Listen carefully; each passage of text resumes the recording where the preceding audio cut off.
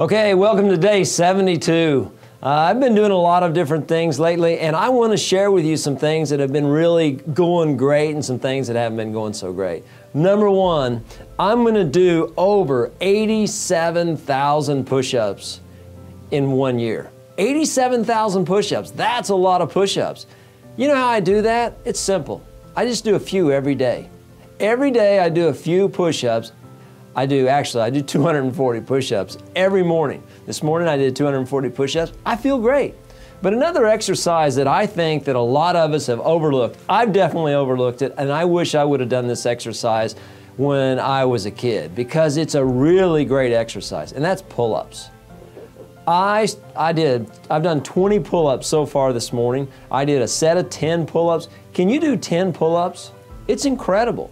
I did 10 pull-ups this morning. I prayed, I went out to the pool, then after I did the 10 pull-ups, then I came back in, I did another 10 pull-ups. The first ones I did like this, the second ones I did like this, and I used one of those simple little pull-up bars that you can get at Academy or Walmart or something. It cost $10 or $20, $30, it was cheap. I feel great. Now, one of the things about doing pull-ups is the more I eat, the more I gotta lift. So when I sit down to have lunch or sit down to have dinner, I'm thinking about, okay, I'm going to do pull-ups. So if I want to add another pound to my pull-ups, no problem.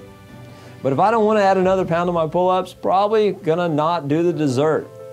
So I want to weigh the right amount. Today I weighed 167 pounds. I would like to weigh 163 pounds. I think then I wouldn't have any body fat and I would feel better about myself. What is your self-worth? How do you value yourself? What do you see your self-image on a scale of 1 to 10, okay?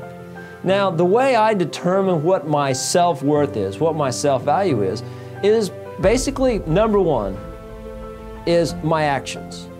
My actions are short period and long term, okay? Am I dishonest? If I'm dishonest, I gotta lower the number. If I'm honest, I can raise the number. If I'm in good physical shape, I can raise the number. If I'm polite, I can raise the number. If I'm a good listener or a great listener, if I can listen without interruptions, that raises the number. If I have a good financial net worth, that raises the number. There are no free lunches in this world. Every lunch we get, we pay for some way or another. Everything we do, we pay for it some way or another. Either we actually spend money to do it, or we give some of our self-worth away, or we give some of our time away. But there are no free lunches. So if you want to have a high level of self-esteem, you got to take action. You know, I believe that what separates people that are successful and people that are failures is the lack of action, okay? I take massive amounts of action. And what is cool about taking massive amounts of action, the more action I take, the more energy I have. Now a lot of people will tell you that, you know, you're going to burn yourself out. Can you imagine burning yourself out, having success after success after success, mentally, physically, spiritually, financially? Every time I have a success and then I set my bar to go get another success, to do something else, to make another contribution, I feel better. Last night I was at Oklahoma County Jail and I was passing out books. I passed out 4 different kinds of books last night. I gave over 140 books away last night to people so that they can have better lives. The first book I passed out was, of course, Mentor, The Kid and the CEO, the book that I wrote. The second book I passed out is Think and Grow Rich by Napoleon Hill, written in the 1930s. It is an incredible book, and if you haven't read it, I highly recommend it. The third book that I gave away last night was The Purpose-Driven Life by Rick Warren. An incredible book. I've now read it 112 times. I'm reading it for the 113th time.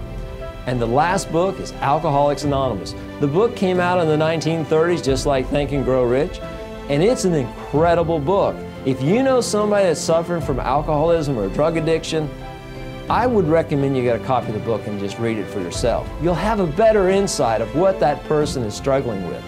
It's a great book. So I got an opportunity yesterday to go give 140 books to people in the Oklahoma County Jail.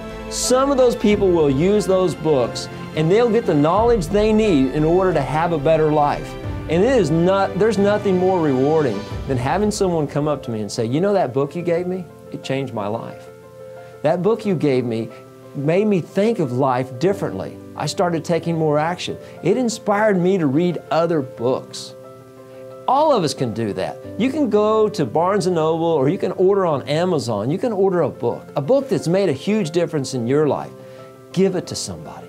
The more we give, the more we live. I would appreciate if you would like this video. And if you want to, subscribe. That'd be wonderful. Share this video with other people.